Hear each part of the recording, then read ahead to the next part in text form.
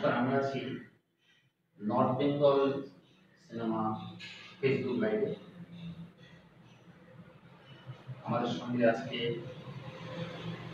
আছেন এই শহরের খুব পরিচিত একজন শিল্পী, শুধু শিল্পী নয়, বলতে হয় তিনি একজন নক শিল্পী, অর্থাৎ নেইল পেন্টার, শ্রী অজয় কুমার সরকার। নর্থ বেঙ্গল সিনেমা বিগত 4 মাস ধরে এই লকডাউন যাবৎ শিলিগুড়ি শহরের এবং বাইরের বিভিন্ন গায়ক গায়িকা এবং বিভিন্ন ক্ষেত্রে গুণী মানুষদের লাইভ প্রোগ্রাম করবার সুযোগ করে দিয়েছে। তারই অঙ্গ হিসেবে আজকে আমরা অজয় দাকে আমন্ত্রণ করেছি এই লাইভ অনুষ্ঠানে অংশগ্রহণ করবার জন্য। অজয় দা আমাদের সঙ্গে আজকে যুক্ত হয়েছেন, আমরা ধন্যবাদ জানাই অজয় দাকে। আসলে ছবি আঁকা মানুষের একটা খুব স্বাভাবিক প্রকাশ। আজ থেকে প্রায় 30,000 বছর আগে স্পেনের আলতামিয়ারা গুহায় যেসব মানুষেরা বাইসানের ছবি এঁকেছিল, বা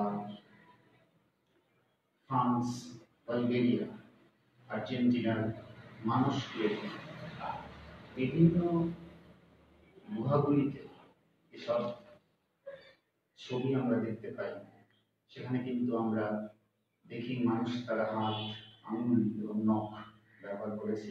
শুধু মানুষ নয়, 3 বছরের শিশুরাও সেখানে ছবি আঁকাতে অংশগ্রহণ করেছে, যেগুলো আমরা বলছি ফিঙ্গার প্রিন্টিং, বা কিছু কিছু ছায়াচিত্র বা সিলুয়েট, এগুলো কিন্তু মানুষ এঁকেছে। কখনো ম্যামথের ছবি, কখনো বাইসনের ছবি, কখনো ঘোড়ার ছবি, এগুলো তারা এঁকেছে। অর্থাৎ অজয়দা এই ব্যাপারটিতে প্রায় বিশেষজ্ঞ বলা যায়। সেই নেইল পেন্টিং অর্থাৎ নখের দ্বারা ছবি আঁকা বিষয়টা কিন্তু মোটেই নতুন নয়।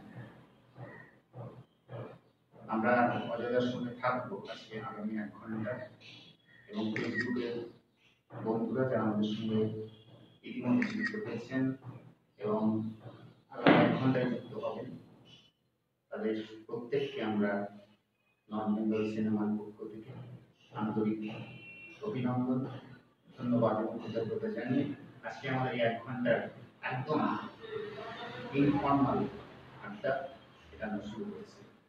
অজয়দা, আজকের এই লাইভ অনুষ্ঠানে আপনাকে স্বাগত জানাই। প্রথমেই চলে যাই আপনার শৈশবের কথা।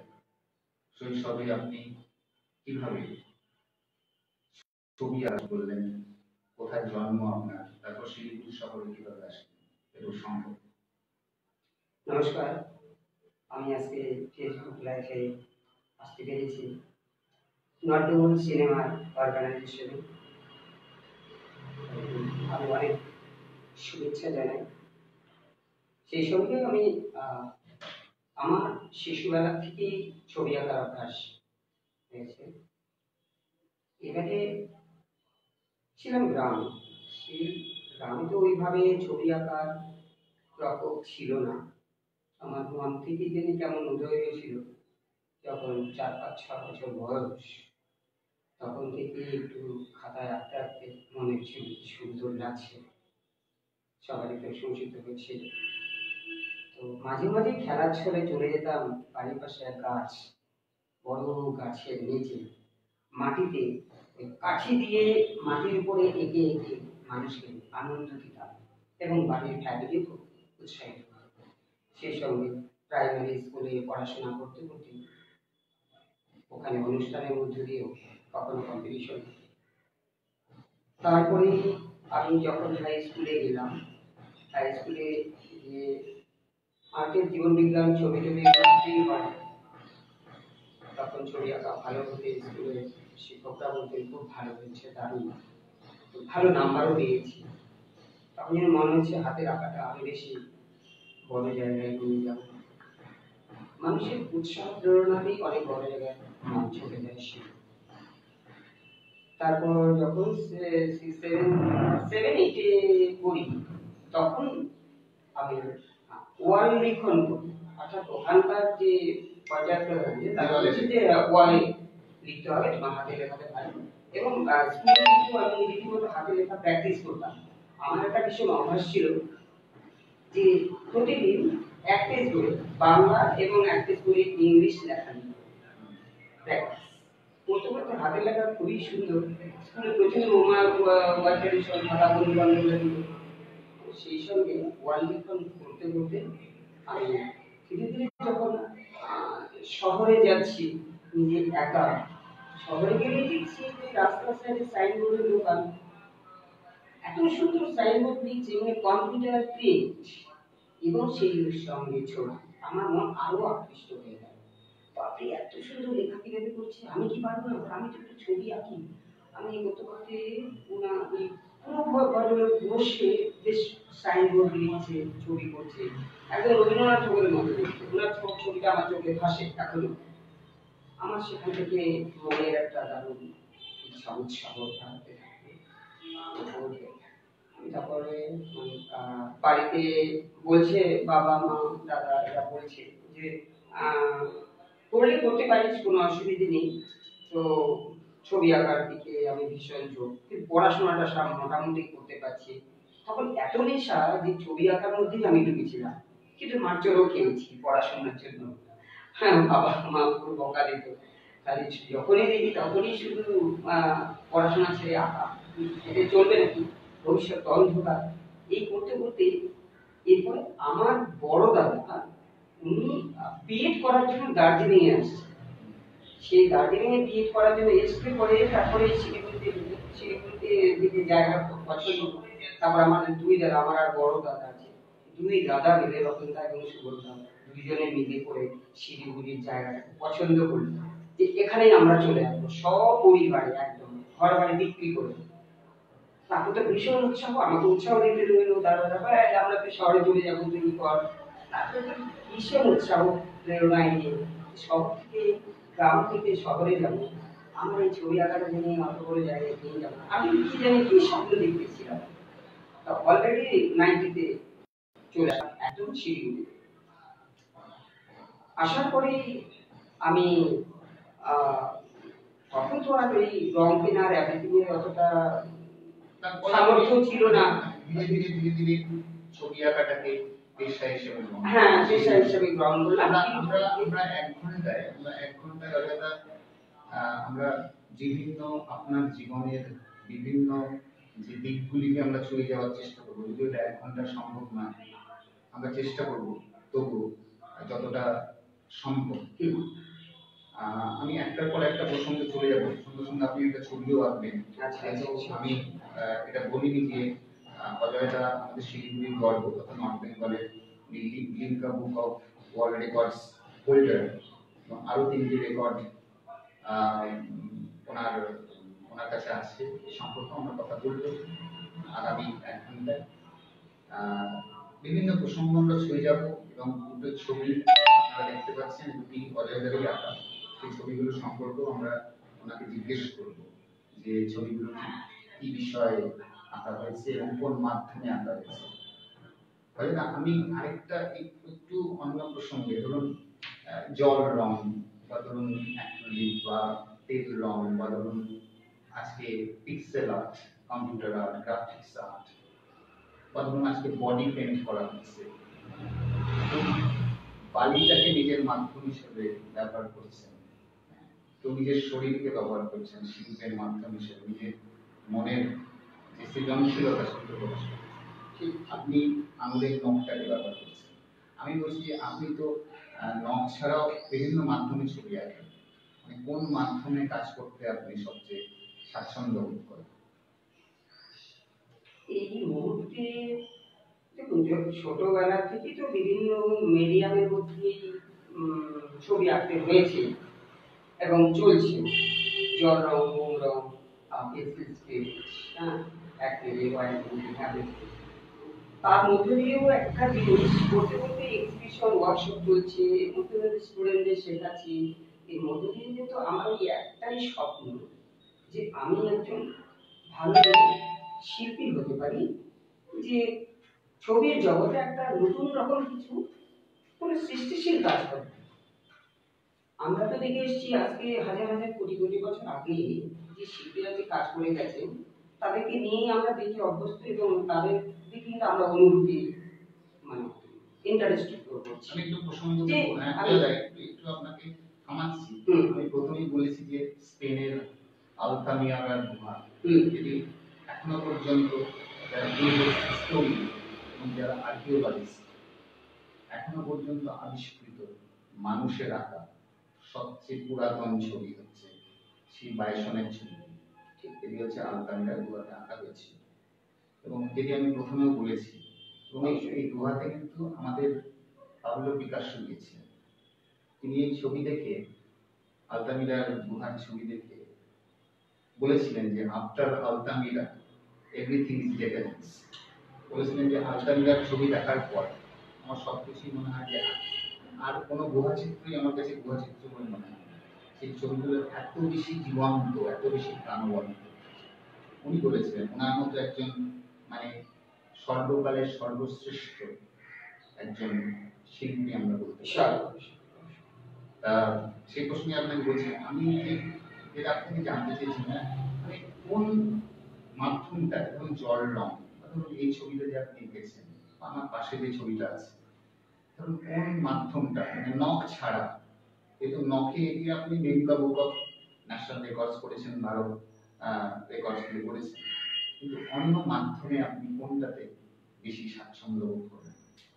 ভীষণ ওয়েল টেস্টেড, ওয়েল টেস্টেড দুটো কাজ, ওয়েল টেস্টেড আর একটা হচ্ছে অ্যাক্রিলিক কাজ। এই দুটোতে কিন্তু কন্টিনিউ আমার চলছেও কাজ। এই সেইটাকে তার উপর বেস করেই কিন্তু আমি চাইছি যে নতুন একটা টেকনিক যেটা নেই পেইন্ট। আজকে অনেক শিল্পীরা বলেছেন ভালো যে আগেকার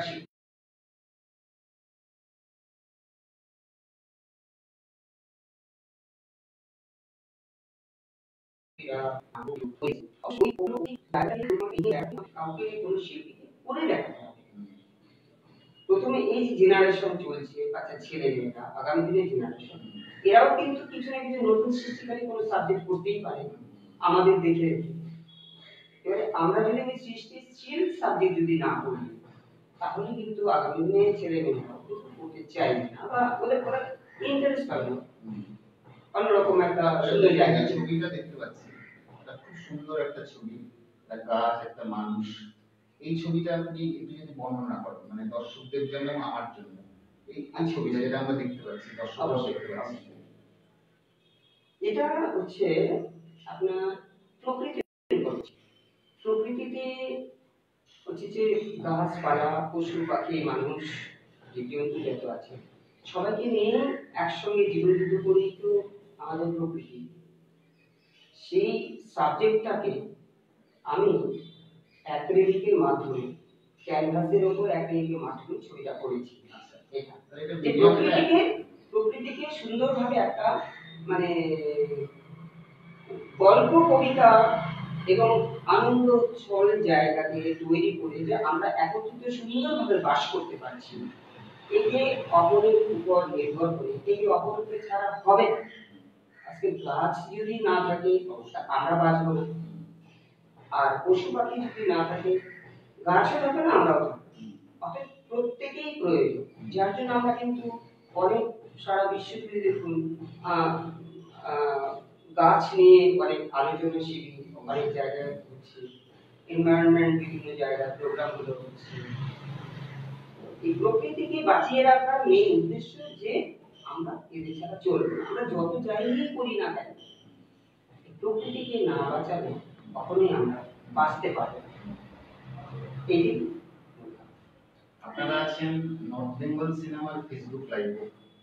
আমাদের যে গত 4 মাস ধরে যে প্রচেষ্টা চলছে, বিভিন্ন শিল্পী, বিভিন্ন গায়ক গায়িকা, তাদেরকে লাইভ অনুষ্ঠানে আনা হয়েছে লকডাউন কালে, এই ঘরবন্দি অবস্থায়। আজকে আমাদের সঙ্গে আছেন আমাদের শহরের একজন খুব পরিচিত, আমাদের খুব প্রিয় অজয় কুমার সরকার। মূলত তিনি নেল পেন্টিংয়ে লিমকা বুক অফ রেকর্ডস তিনি করেছেন এবং আরো 2-3টি রেকর্ডস তিনি করেছেন এবং তার স্বপ্ন যে তিনি Guinness book of world records সেটি তিনি করবেন। সেই বিষয়ে আমরা আলোচনা করব আগামী 1 ঘন্টায়। বিভিন্ন বিষয় নিয়ে আজকে আমরা একটা আড্ডার মতো করছি অজয়দার সঙ্গে। অজয়দাকে আমরা আজকে পেয়েছি। অজয়দা, আমি আরেকটা কথা বলি যে ধরুন আপনি তো ছোট ছোট শিশুদেরকে আঁকা শেখান, বিভিন্ন ছাত্রছাত্রী আপনার আছে, এই ধরনের আপনি যে ধরুন নখ দিয়ে ছবি আঁকছেন, এইটার মানে কোনো তাদের সাইকোলজির সঙ্গে তাদের মনস্তাত্ত্বিক একটা বিকাশের ক্ষেত্রে এটা কতটা সদর্থক ভূমিকা নিতে পারে বলে আপনার মনে হয়? এই পেইন্টিংটা আমরা সাধারণত কি তুলি দিয়ে রাখি। আমরা পেন্সিল স্কেচ অয়েল পেস্টেল করার পরে তুলি রঙে চলে আসি। তুলি রঙে যখন আসি তখন কিন্তু কালার সম্পর্কে আমরা অনেকটাই ধারণা পেয়ে যাই। যাওয়ার পরে যে একজন শিক্ষক যখন একটা লেভেল ছেড়ে একটা সৃষ্টিশীল সাবজেক্টে চলে যায়, তারপরে কিন্তু বাচ্চারা দেখতে দেখতে আগ্রহী হয়ে ওঠে। কিন্তু এই যে কালার, নেল পেইন্টিং এর মধ্যে কালারের মধ্যে প্রচুর কালার থাকে, সব ধরনের কালার। যেমন আপনার সব ধরনের কালার একসঙ্গে থাকলে সেখানে যে আমরা আঁচড়টা দিই তো বিভিন্ন রকম কালারগুলো বেরিয়ে আসে।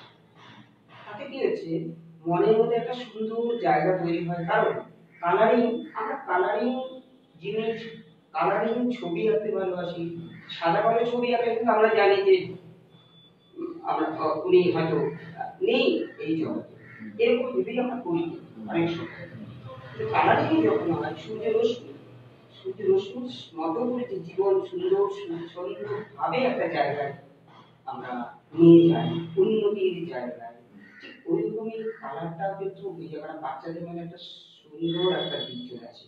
কেননা বিশেষ করে বিদেশে, বিদেশগুলো আপনার ক্যানভাসের উপর বাচ্চাদেরকে, বেশি 5-6 বছরের বাচ্চা আমি দেখেছি, অনেক দেখেছি, কালার ঢেলে দিচ্ছে, দিয়ে নিয়ে কিছু না কিছু একটা আছে, করতে করতে একটা খুব সুন্দর একটা পেইন্টিং হয়ে গেছে। গ্রেড 1 আর্টিস্টরাও দেখতে অভিভূত হয়ে যায়। আর ওই যে কালারের এক্সেপশন, এই সুন্দর একটা জায়গা কালার সঙ্গে একটা কথা মনে পড়ছে যে এই যে আমরা যখন এই মানে আমরা মিউজিক থেরাপির কথা বলি, তখন এই ফিঙ্গার পেইন্টিংও কিন্তু এক ধরনের থেরাপি। হ্যাঁ, থেরাপি অবশ্যই। যখন আমরা এই ফিঙ্গার পেইন্টিং নিয়ে কথা বলছি তখন একজন মানুষের কথা না বললেই নয়। তার নাম হচ্ছে রুথ শ। তিনি একজন শিক্ষাবিদ এবং একজন পেইন্টার বটে।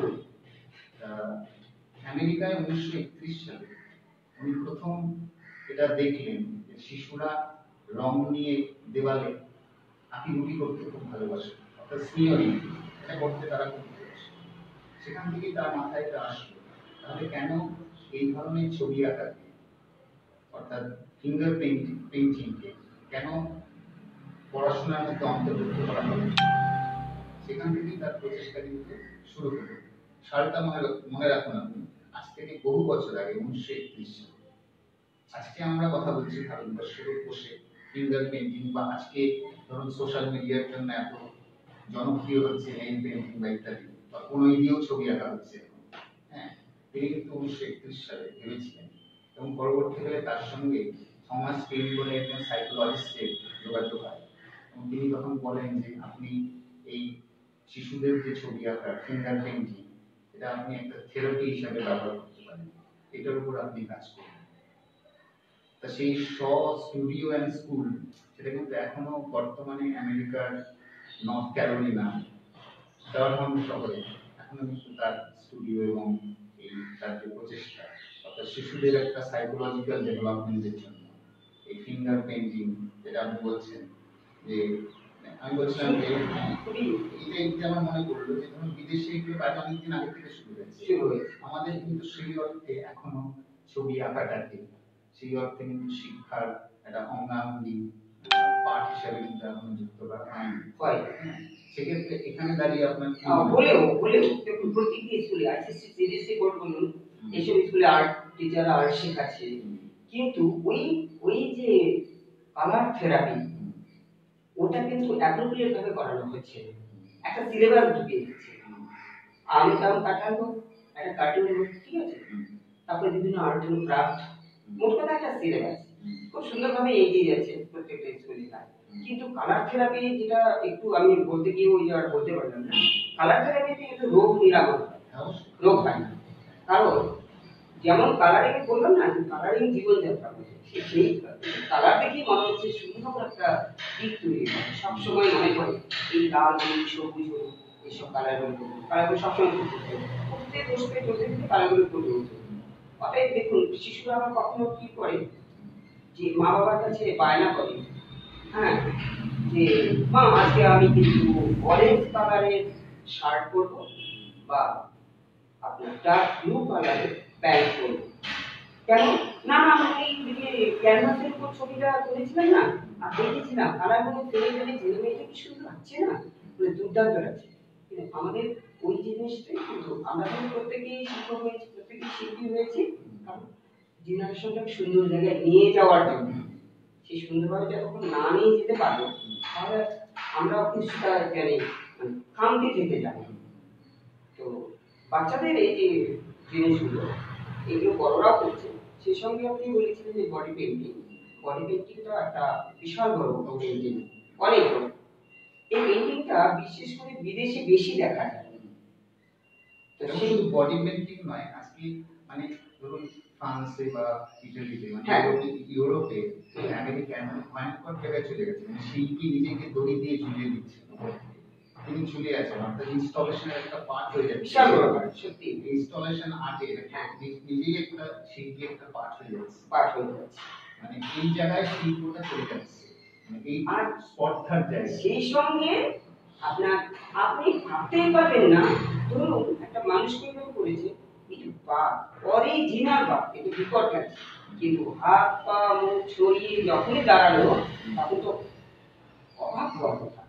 শিল্প কোন জায়গায় চলে গেছে। অতএব আমাদের বিশ্ববাসী এবং আমরা প্রত্যেকের চেষ্টা করবো শিল্পীরা যে এক একটা মানে স্টেজ থেকে আরেকটা নতুন কোন স্টেজের সৃষ্টিশীল কাজে যাওয়া উচিত, যেটা আমরা নতুন সৃষ্টি করতে পারছি, যেটা পৃথিবীতে কেউ করে, তাহলেই তো পরে জেনারেশন কিছু জানতে শিখতে পারে। চট করে বলে এই ছবিটা সম্পর্কে শুনে নিন। এটা এটা হচ্ছে ক্যালিগ্রাফি, অর্থাৎ আমি যে লিখছিলাম, লেখার সঙ্গে সঙ্গে স্কুলে যে লেখা ক্যালিগ্রাফি হচ্ছে আপনার সুন্দর হাতের লেখা, সুন্দর হাতের লেখা। আমি স্কুলে লিখতে লিখতে তারপর আমি যখন শিলিগুড়িতে চলে আসলাম, আসার পরে আমি একটু জিনিস তাহলে আগের থেকে শুরু করছি। আসার পরে কিন্তু আমি রং তুলি পাইনি, তখন কিন্তু অভাব অনটন চলছিল, আমার রীতিমতো অভাব অনটন চলছিল। দাদারা হয়তো একটু কাজে ঢুকেছে, কোনো চাকরি বাকরি করছে, আমাকেও বাধ্য হয়ে চাকরিতে ঢুকতে হয়েছে। সাধারণত ৫০০-৭০০ টাকা ২০০-১০০ টাকা দামের চাকরিতে ঢুকতে হয়েছে, সেই 90-তে কথা। তখন আমি এরকম করে এই কাজ ওই কাজ এই কাজ ওই কাজ করে আমি তো শেষ পর্যন্ত এই দিকে চলে আসি। তো তখন আমি মাথার যে আপনার এই কালির হাড়ের যে কড়াই আছে, হাড়ি কড়াইয়ে যে কালি আছে, কালি আর সরষার তেল এই দুটো মিশিয়ে তারপরে একটু আপনার কাঠির সামনে একটু কাপড় ঘুরিয়ে নিয়ে মোটা করে ওটা তুলি হিসাবে করে তারপরে আমি ছবি আঁকি। তখন তো রং তুলি কেনার মতো প্রায় ছিল না, কিন্তু মনের প্রাণে ছিল আমি ছবি করবো না, খুব সুন্দর হচ্ছিল। হ্যাঁ, মানুষের কাছে প্রত্যেকেরই ভালো লাগছে, সুন্দর লাগছে, প্রশংসা ভালোবাসা পাচ্ছি, উৎসাহ উদ্দীপনা পাচ্ছি। তারপরেই আমি ধীরে ধীরে মেডিসিনের দোকানে কাজ করেছি, প্রেসে কাজ করেছি। তখন প্রেসেই গিয়ে আমি স্ক্রিন প্রিন্টিং লাইনে, তখন কিন্তু কম্পিউটার ছিল না, সাদা কালো কম্পিউটারের দাম ছিল 70-75,000। ওই সময় আমি আমি যে লেখাটা লিখে বিয়ে কার্ড না শেষ হতে যাবে না।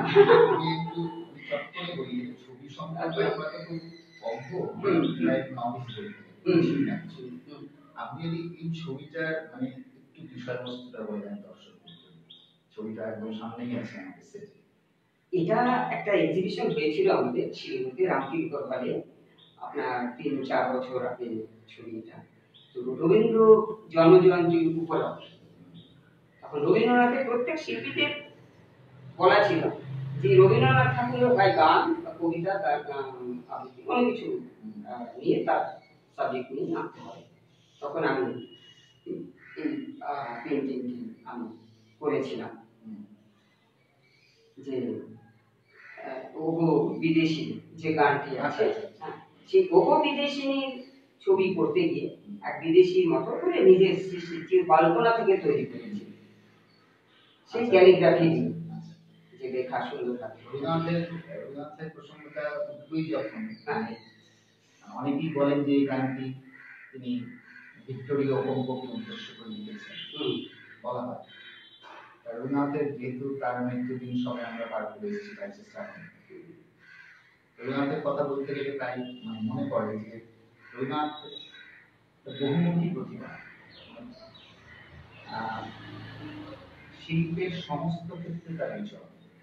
সেই মানুষটি 1930 সালের পর অর্থাৎ তার জীবনের জীবদ্দশার শেষ 10 বছর তিনি সম্পূর্ণভাবে তার একটা অবসেশন হয়ে গেছিল ছবি আঁকা।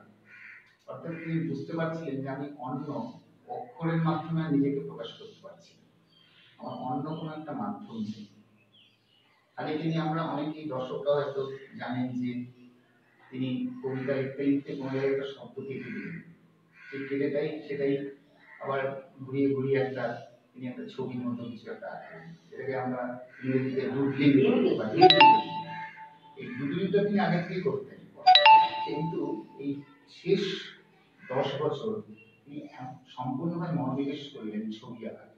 এবং সেসব ছবি কোনো প্রথাগত ছবি নয়, তার যে নিজের প্রতিকৃতি আছেন বা কোনো একটা নৈসর্গিক দৃশ্য আছে, সমস্ত ছবির ব্যাকরণকে ভেঙে তছনছ করে দিতেন। মনে হচ্ছে তার নিজস্ব একটা ভাষা তিনি উদ্ভাবন করেছেন। এটাই হচ্ছে ছবির অগাধ একটা অবিস্মরণীয় ক্ষমতা। সবাই জানে এটা তুলি আর রং কি করতে পারে, আমাদের মনের গভীর যে ভাব বা যে ইমোশন সেগুলোকে বের করে আনতে। এটা কি আপনার মনে হয় যায় তখন? এটা রীতিমতো উনি যে কাজগুলো করে গেছেন অসাধারণ কাজ। যে পেইন্টিং যে ধরনের সৃষ্টিশীল কাজ করেছেন, এই পেইন্টিংটা এই ধরনের যেটা বললেন, এগুলো করার মতো কারো করার মতো ক্ষমতা রাখে। এখন প্রচুর ছবি করেছেন যেটা বললেন শিওর। তো ওনার কাজ, ওনার চতুর্দিক থেকে যে দার্শনিক ব্যক্তিত্বের মানুষ, এতেই তাকে আমরা যেন অনেক কিছু জানতে শিখতেও পেরেছি। আর প্রতি বছরই প্রতি মুহূর্তেই যেন তার কথা মনে হয় আমাদের প্রত্যেকে রবীন্দ্রনাথ ঠাকুরের। একটু স্পেসিফিক ভাবে আপনার নেল পেইন্টিং আপনি Limca book of national records করলেন, সেটা কত সালে করলেন এবং তার সঙ্গে আপনি কিছু মেডেলও এনেছেন, কিছু সার্টিফিকেট এনেছেন, সেগুলো কিন্তু দর্শকদের দেখান। তারপরে যে রেকর্ডগুলো আপনি করলেন, তার আগে আমি একটু দর্শকদের বলে দিচ্ছি আমরা এটা নর্থ বেঙ্গল সিনেমা এটা সবার আগে লাইভ ফেসবুক পেজে আছে। আজকে আমাদের অতিথি 2013 সালে আমাদের অতিথি আজকে শ্রী অজয় কুমার সরকার, বিখ্যাত নেল পেইন্টার এবং Limca book of national records holder. Ajay da আমাদের প্রায় বন্ধু, স্থানীয় দাদা, বন্ধু, খুবই কাছের মানুষ। তাকে আমরা আজকে পেয়ে আমরা খুবই আনন্দিত এবং গর্বিত। নর্থ বেঙ্গল সিনেমা, আপনারা আছেন নর্থ বেঙ্গল সিনেমার লাইভে। এই পেইন্টিংটি আমি 2013 সালে 54 ফিট বাই 5 ফিট লম্বা নেল পেইন্টিং করেছি কসমস, সেই লিমকা বুক অফ ন্যাশনাল। তারপরে আমি আসছি, তারপরে 2018 সালে এশিয়া বুক অফ রেকর্ড এবং ইন্ডিয়া বুক অফ রেকর্ড, এই দুটো পেইন্টিং করেছি। এই সেই। এটা আমি নিজের রেকর্ড নিজেই ব্রেক করেছি। 54 ফিটের জায়গায় এখন এই রেকর্ড করার জন্য আমি 60 ফিট লং পেইন্টিং করেছি, যেটা লার্জেস্ট নেল পেইন্টিং হিসাবে আমি রীতিমতো করেছি ইন্ডিয়া মতো।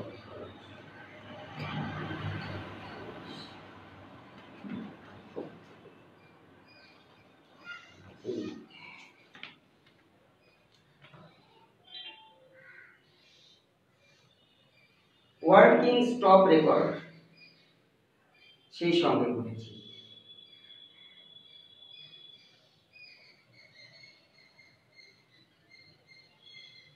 আরো মেডেল আছে, আরো কিছু এটা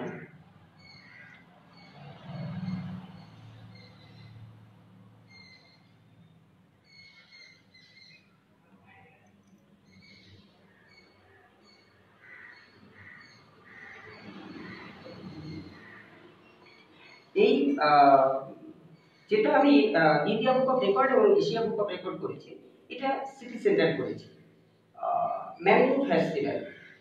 এখানে আমি যে পেন্টিংটা করেছি, প্রথম ওপেনিং করতে আসছিলেন আমেরিকার রাষ্ট্রদূত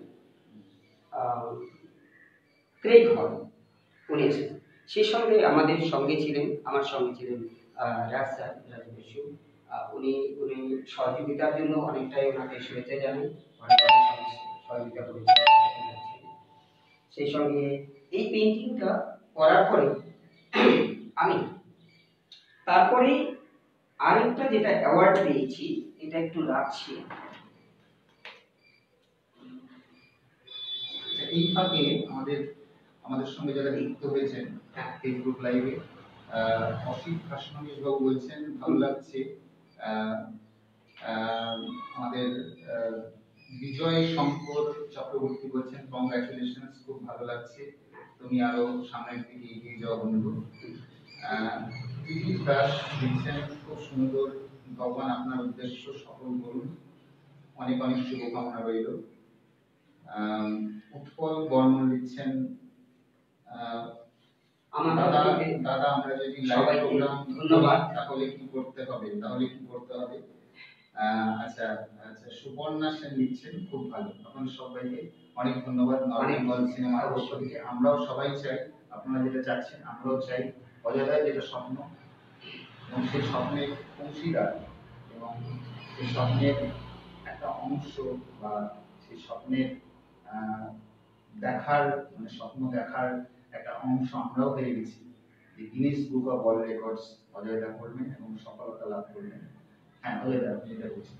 হ্যাঁ বলছি, তারপরে এশিয়া এবং ইন্ডিয়া বুক অফ রেকর্ড যখন করলাম, তারপরে ওইটা 2018 তে করেছি। 2019-এ আমি সিলেক্ট হলাম Indo Vietnam medical board of association থেকে। 100 জন রেকর্ড হোল্ডারের মধ্যে আমি একজন। কারণ আমাদের দেশে দেখুন হাজার হাজার রেকর্ড হোল্ডার আছে বিভিন্ন সাবজেক্টে, আর্ট, নাচ, গান, লেখা, কবিতা, খেলাধুলা, এভরিথিং।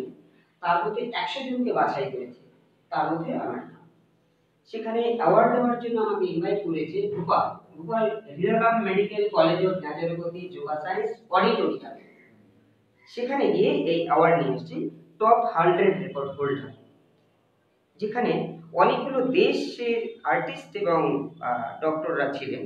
সেটা যোগা সায়েন্সের একটা হসপিটাল, যে অডিটোরিয়াম, সেখানে দিয়েছি। Asia, India, Indonesia, Vietnam, Nepal ও বাংলাদেশ বুক অফ রেকর্ডস। একটু আমার একটা কথা মনে পড়ছে যে আপনার সঙ্গে 2015 সালে, হ্যাঁ হ্যাঁ, 15 সালে আমাদের সেবার জলপাইগুড়িতে weavers nature and wild life festival সেবার আমরা করছিলাম। তো সেখানে একটি উদ্বোধনী নৃত্য ছিল, মানে ওড়িশির সঙ্গে একটা ফিউশন করা হয়েছিল, যেহেতু একটা ওয়াইল্ড লাইফ ফেস্টিভ্যাল মানে বন্য প্রাণ নিয়ে। সেই কারণে উদ্বোধনী যে নৃত্যটি হবে সেটি ছিল আমাদের রেলে যে প্রচুর মানে আমাদের ডুয়ার্সে প্রায় প্রতিনিয়ত যে হাতি কাটা পড়ে এই বিষয়ে সেই নাচটার মধ্যে দিয়ে তুলে ধরা হবে একটা সচেতনতার জন্য, মানুষ যাতে সচেতন হয় এবং বন্যপ্রাণী হত্যা, নিরীহ হাতিদের যে প্রাণ যাচ্ছে সেটার সেই বিষয়ে সেটা হ্যাঁ। তখন আমি আমাদের সেই ফেস্টিভ্যালে সেবার রঞ্জিত মল্লিক বিখ্যাত অভিনেতা আমরা জানি, এবং তার তিনি আসবেন, তিনি উদ্বোধন করবেন। আমি তখন আপনাকে বলেছিলাম জয়দা যে এই নাচের সঙ্গে আপনাকে একটা ছবি আঁকতে হবে, মানে লাইভ পেন্টিং করতে হবে, স্টেজে যখন নাচটা চলবে তখন আপনি ছবিটা আঁকবেন। তারপর আপনি সেটা করেও ছিলেন এবং সেটা রঞ্জিত বাবু দেখেও ছিলেন, প্রশংসা করেছিলেন। সেই অভিজ্ঞতাটা একটু আপনি বলেন। অনেক অনেক ধন্যবাদ আপনাকে অভিষেক দা, আমাদের অভিষেক দা, দর্শক বন্ধু, সেই সঙ্গে সূর্যকমল বণি, অভিষেক দা এবং সূর্যকমল বণি, ওনাদের তত্ত্বাবধানে আমি ইনভাইট পেয়েছিলাম জলপাইগুড়ি আর্ট গ্যালারিতে উইভার নেক্সট আপনার ফিল্ড সেখানে আমি খুব মানে উৎসাহিত ছিলাম, খুবই আনন্দ পেয়েছি যে আমার সাবজেক্টটাকে 10 মাধ্যম দিয়ে দেখাবো এবং সেটাকে একটা জায়গায় প্রতিষ্ঠিত করবো সুন্দর, সেটা স্টেজ পারফরমেন্স করেছি। ট্রেনে হাতি কাটা পড়ছে মাঝে মাঝে আমরা শুনতে পাই, সেই সাবজেক্টকে নিয়ে ওই অনুষ্ঠান এবং সেই সঙ্গে স্টেজ পারফরমেন্স সেখানে গিয়ে আঁকলাম। সেই সঙ্গে বিখ্যাত অভিনেতা রঞ্জিত মল্লিক ছিল, পুরো গ্যালারি হল ভরা, এত সুন্দর। সেই কাজ করে এত ইন্টারেস্টিং পেলাম, 15 মিনিটে একটা নাচের তালে নাচটা হাতে যে কাটা পড়ছে সেই গানেরই নাচ, সেই নাচের তালে 15 মিনিট ডান্স স্টার্ট, আমার ড্রয়িং স্টার্ট হচ্ছে, ডান্স শেষ, আমার ড্রয়িং কমপ্লিট। এই যে সুন্দর একটা অভিজ্ঞতা, এটা খুবই খুবই ভালো লেগেছে। এবং সেই সঙ্গেও যে আমি ফেলিসিটেট হয়েছি ওখানে আপনাদের পক্ষ থেকে, এটা অনেক ধন্যবাদ আপনাদেরকে। আমাকে খুবই ভালো লেগেছে যে আগামী দিনে আরো সুন্দর সুন্দর জায়গায় পৌঁছানোর জন্য। আমাদের তো আড্ডা চলছে প্রায়, north Bengal cinema Facebook live পেজে আমাদের আজকের আড্ডার অতিথি আমাদের এই শহরের গর্ব, আমাদের বন্ধু দাদা অজয়দা, বিখ্যাত তিনি নেল পেন্টার এবং অন্যান্য মাধ্যমেও তিনি ছবি আঁকেন। তাকে আমরা আজকে অতিথি হিসেবে পেয়েছি north Bengal cinema Facebook live পেজে, এবং আমাদের সঙ্গে যারা যুক্ত হচ্ছেন তাদেরকে আমরা ধন্যবাদ জানাই। অজয়দা, আপনার যেটা স্বপ্ন যে Guinness book of world records, এটা করতে গিয়ে আপনার মানে কি মনে হয়, কি কি বাধা, এখন যে বাধাগুলো আপনাকে সম্মুখীন হয়েছে, বা ওই শিলিগুড়ি থেকে এটা অ্যাচিভ করা কতটা কঠিন, বা কি কি সমস্যা আপনাকে ওভারকাম করতে হবে? এই রেকর্ডগুলো করার পরেই Guinness book of world record, এবং যখনই একটা করেছি লিঙ্কাবু, তারপরের থেকে কিন্তু মানুষে মানুষে কিন্তু বলে বলেই 6 লাখ করছে, আমাকে উৎসাহিত করছে। প্রত্যেক আমি কি বলবো, সারা দেশ, প্রত্যেক ভারতবাসীকেই আমার শুভেচ্ছা রইল, এবং শিল্পী বন্ধুদেরও শুভেচ্ছা, কারণ তারাও কিন্তু তাকিয়ে আছে আমি গিনেস বুকটা কবে করব। তো প্রতিনিয়তই আমার স্বপ্ন সাংঘাতিকভাবে জিতে উঠছে, যার জন্য একটা গিনেস বুকটা করতে গিয়ে যেটা দেখছি, একটু মানে একটা আর্থিক অসঙ্গতি অল্প একটু দরকার আছে, এটার জন্য আমার একটু সমস্যা হচ্ছে, যার জন্য স্পন্সর চেষ্টা করছি। যদি কোনো কোম্পানি কোনো আমি একটু স্পেসিফিক ভাবে জানতে চাচ্ছি, যেহেতু এই বিষয় সম্পর্কে আমার ধারণা নেই, মানে আপনাকে কতটা বড় ছবি আঁকতে হবে, মানে নখের সাহায্যে কতটা লম্বা হলে সেটা ধরুন আপনি গিনেস বুক অফ ওয়ার্ল্ড রেকর্ডটা করতে পারবেন? আমি যে পেইন্টিংটা করছি লার্জেস্ট নেল পেইন্টিং 2018 এ, সেটা তো 60 ফিট বাই 5 ফিট লং করেছি। 60 ফিট লং, হ্যাঁ। তারপর থেকে আপনার 70 টু 100 ফিট করতে হবে বড়। এবং আমি এশিয়া বুক আর ইন্ডিয়া বুকে যে পেইন্টিংটি করলাম সেটা একদিন বলিনি, সময় নিচ্ছে 49 ঘন্টা 35 মিনিটে কমপ্লিট করেছি। নন স্টপ 49 ঘন্টা, দর্শক বন্ধুরা 49 ঘন্টা ধরে 35 মিনিট 49 ঘন্টা 35 মিনিট ধরে অজয় দা কিন্তু ছবিটা এঁকেছেন। মানে একেবারে নন স্টপ, ওনার ভাষায় নন স্টপ না থেমে তিনি ছবিটা এঁকেছেন বলেই কিন্তু সেই রেকর্ডটা তিনি করতে পেরেছেন। এমনকি মাঝখানে একটু বলছি, আমি খাওয়ার সময় পাচ্ছি না, আমার মিসেস খাওয়াইয়ে দিচ্ছে, আমি কাজ করছি, এটা দিয়ে খাওয়াইয়ে দিচ্ছে, এটা সে চামচ দিয়ে, ঠিক আছে, এটা একটা দারুণ সাবজেক্ট হয়েছে। না, গিনিস বুকটা করতে গেলে অজয় দা আপনাকে কতক্ষণ লাগাতার আঁকতে হবে বলে আপনার মনে হয়? এটা থেকে আরো বেশি সময় দিতে হবে। আচ্ছা, অল্প বেশি সময়, মানে যত মেইন কথা কি, কম সময়ে বড় কাজ করতে হবে। আচ্ছা, যত লম্বা করব তত কম সময়ে যত করব, ওটাই রেকর্ড। আচ্ছা, তাহলে আমার সেই জায়গাটা পুরো এক্সপিরিয়েন্স, আরো বেশি স্টাডি, আরো দক্ষতা, আরো বেশি মনের যে শক্তি এগুলো অনেক বাড়াতে পারে, সেই সঙ্গে চলছেও। এভাবে করে রীতিমতো একটু করেই ছাড়বো, এটাই আমার টার্গেট। যে বছরই যখনই হোক গিনেস বুক না করলে আমি মানে কোনো মতেই কোনো কিছুতে, বাকি অনেকগুলো কাজকর্ম আছে যেগুলো আমি করতে পারছি না, মনে হয় যে ওটার জন্য আটকে আছি, ওটা না করলে আর করতে পারবো না। সেক্ষেত্রে বিভিন্ন বিভিন্ন সংগঠন, বিভিন্ন ক্লাব, বিভিন্ন সাংস্কৃতিক সংগঠন, বিভিন্ন শুভানুধ্যায়ী যারা আছেন শিলিগুড়ি তথা মানে উত্তরবঙ্গে, তাদের সবার কাছেই আমরা এই ফেসবুক লাইভ, আজকে যে অনুষ্ঠানটি আমরা করছি নর্থ বেঙ্গল সিনেমার ফেসবুক লাইভ পেজ থেকে, তার মাধ্যমে আমরা প্রত্যেকের কাছেই আবেদনটি রাখছি, অনুরোধটি রাখছি, আপনারাও অজয়দার পাশে দাঁড়াবেন। এবং যারা শুভানুধ্যায়ী আছেন, এটা একটা অবশ্যই একটা আর্থিক বাধা তো আছে, এত বড় একটা রেকর্ড করতে গিয়ে উনি যেটা বললেন যে প্রায় 100 ফিট একটা ছবি আঁকতে হবে এবং তার জন্য একটা স্পন্সরশিপ খুব প্রয়োজন, সেটা ছাড়া সম্ভব নয়। এবং এটা সময় সাপেক্ষ, প্রায় যেটি উনি বলছেন 50 ঘন্টা, এটা আমি প্রায় ধরে নিচ্ছি 70-80 ঘন্টা হয়তো লাগবে ওনাকে লাগাতার ছবিটা আঁকতে হবে। এটি কিন্তু রেকর্ডটা তাকে করতে হবে। সেক্ষেত্রে আমি সবার কাছে বিনম্র অনুরোধ রাখছি যে আপনারা এই শহরের বাসিন্দা হিসাবে বা যারা দেখছেন আমাদের এই শহরের বাইরে, উত্তরবঙ্গে বা তারও বাইরে, পশ্চিমবঙ্গ বা সারা ভারতবর্ষ ভিডিও দেখে থাকেন, আমি সবার কাছেই অনুরোধটা রাখছি যে আপনারা কিন্তু অজয়দার পাশে দাঁড়ান। শ্রী অজয় কুমার সরকার, তার এই প্রচেষ্টা, তার এই মরণপণ লড়াই, যেটা নিয়ে দিনরাত এই বিষয়টা নিয়ে এখন তিনি হয়ে যাচ্ছেন, স্বপ্ন দেখে যাচ্ছেন। আমরাও চাই যে শিলিগুড়ি শহর থেকে একজন Guinness book of world record করব। আমরা শুভেচ্ছা জানাই, আপনাদের কাছে আবেদন রাখছি, আপনারা অজয়দার প্রতি সহযোগিতার হাত বাড়িয়ে দেবেন। তাই অনুষ্ঠানটা আমাদের প্রায় শেষ করতে হবে, 1 ঘন্টার কাছাকাছি হয়েছে। আপনি অনেক ছবিটা আঁকছেন, হ্যাঁ হ্যাঁ, ছবিটা আপনি একটু করে নিয়ে যদি আমরা দর্শকদের সামনে তুলে ধরতে পারি। অবশ্যই। এটা আপনি নেল পেন্টিং করছেন? অবশ্যই নেল পেন্টিং করছি।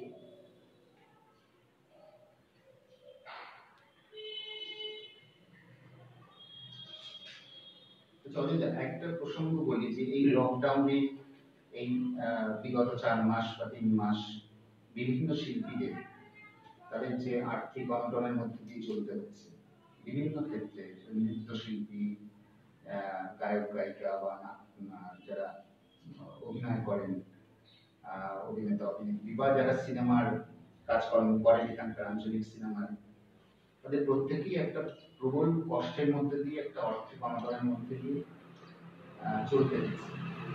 সেক্ষেত্রে আপনাকেও তো নিশ্চয়ই এটা ফেস করতে হয়েছে, যেহেতু আপনি একজন পেশাদার শিল্পী, আপনি অন্য কোনো পাশাপাশি চাকরি করেন না, অন্য কোনো কিছু আপনি প্রফেশনের সঙ্গে যুক্ত নেই। সেক্ষেত্রে আপনি এই 4 মাস এই কঠিন পরিস্থিতি সারা পৃথিবী কাটে, এই কঠিন পরিস্থিতিতে আপনি কিভাবে সার্ভাইভ করছেন? আপনি আপনি হয়তো অনেককে আঁকা শেখান, সেটাও হয়তো সোশ্যাল ডিস্টেন্সিং এর জন্য বা মানুষের একটা আতঙ্ক ভয়ের জন্য সেটাও হয়তো বন্ধ হয়ে গেছিল। এখন অনেকটাই স্বাভাবিকের দিকে আমরা এগোচ্ছি, স্বাভাবিক অবস্থার দিকে। কিন্তু এটা আপনি কিরকম কিরকম ফেস করলেন এই 3-4 মাস, কতটা আর্থিক সমস্যা? আমি যদি আজকে চাকরি করতাম সঙ্গে, তো আমি স্কুলে আইসিসি সিরিজ স্কুলে 3টে চাকরি পেয়েছিলাম আজকে পর্যন্ত, কিন্তু 3টেই চাকরি আমি ছেড়ে দিয়েছি, করিনি। কারণ ওই একটাই টার্গেট যে বিশ্ব রেকর্ড করব, তার জন্য যথেষ্ট পরিশ্রম আছে এবং মন মাইন্ড যদি আমার অন্যদিকে ডাইভার্ট হয়ে যায়, আজকে বললে হয়তো আমার এতটুকু আর্থিক এবং সেই সঙ্গে প্রত্যেক শিল্পী একটা বিশাল বড় সমস্যা এই লকডাউনের মধ্যে। প্রত্যেকে আঁকার স্কুল বন্ধ, টিউশনি বন্ধ, শুধু শুধু শিল্পী কেন, বিভিন্ন সাবজেক্টের শিল্পী এবং পড়াশোনার যে টিউশন আছে এভরিথিং। তো তাদের যে এই যে সমস্যাটা অনেক বড় একটা অর্থনৈতিক দিক থেকে মাইনাস পয়েন্ট। অনেকের ঘরে হয়তো একদিনে খাওয়া হচ্ছে, 2 দিনে হয়তো হচ্ছে না। তো যার জন্য না বিভিন্ন রকমের নিউজে বা এভরিথিংয়ে দেখে খুবই দুঃখ প্রকাশ হয় আর কি।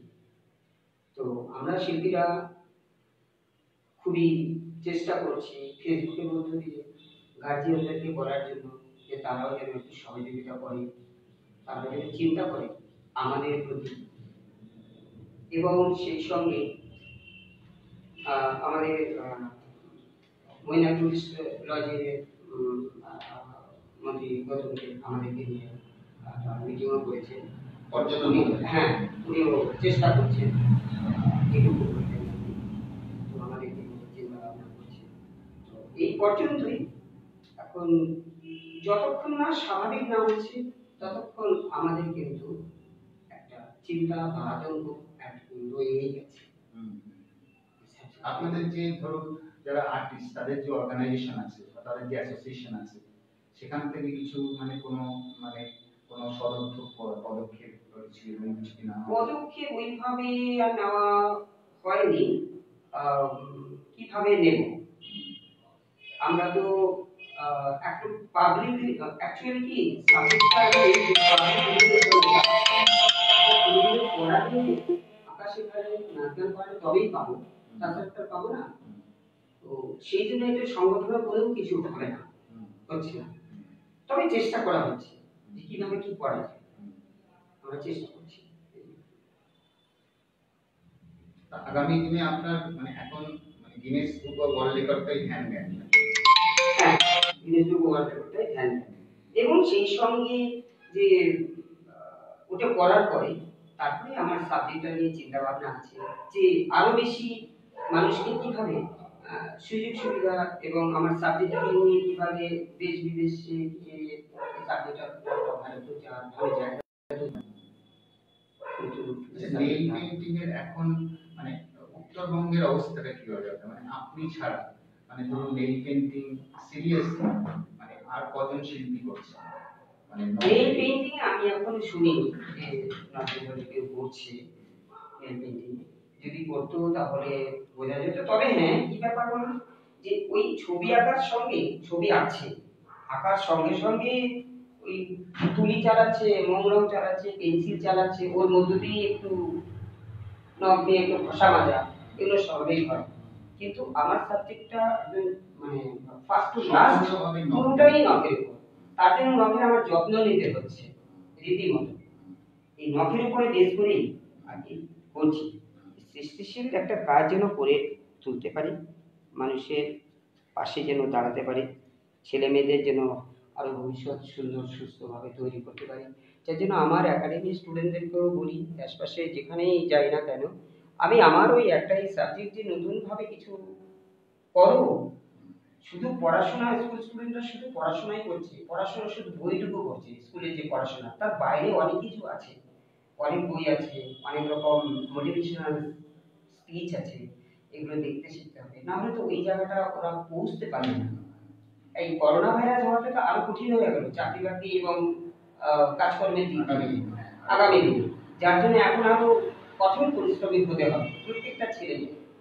এই পরিশ্রম যে যত বেশি করবে এই সাবজেক্টের উপর, যে যেটা সাবজেক্ট নেবে সে ঠিক জায়গায় ওরা পৌঁছে যাবে ঠিকই। আমাদের আজকের আড্ডার প্রায় শেষে আমরা পৌঁছে গেছি। দর্শক বন্ধুরা, আপনারা দেখছেন অজয়দা যে ছবিটা আমার সঙ্গে কথা বলতে বলতে বা আড্ডা মারতে মারতে যে ছবিটা তিনি আঁকলেন নখের সাহায্যে এই ছবিটার মধ্যে আমরা আস্তে আস্তে ক্লোজ আপ করছি। আপনারা দেখবেন ছবিটা যদিও সম্পূর্ণ হয়নি, একটু সময় যেটুকু সম্ভব তিনি করেছেন। আমরা সেই ছবিটা দেখতে দেখতে এবং সমস্ত দর্শক যারা আজকে আমাদের সঙ্গে যোগদান করেছেন north Bengal cinema Facebook live পেজে, আমরা তাদেরকে আরেকবার আন্তরিক অভিনন্দন জানাই। এবং লাইভ শেষ হয়ে যাওয়ার পরেও অনেকে দেখবেন এই ভিডিওটি, আমরা প্রত্যেককেই ধন্যবাদ জানাই। আরেকবার আপনাদের মনে করিয়ে দিই যে অজয়দার যে স্বপ্ন Guinness book of world records করবার, তার জন্য তার দরকার একটি স্পন্সর বা কিছু শুভানুধ্যায়ী মানুষের সহায়তা। সেটা যদি তিনি এই শহর থেকে পান বা উত্তরবঙ্গ থেকে পান, তার থেকে আনন্দের আর কিছু হবে না আমাদের জন্য।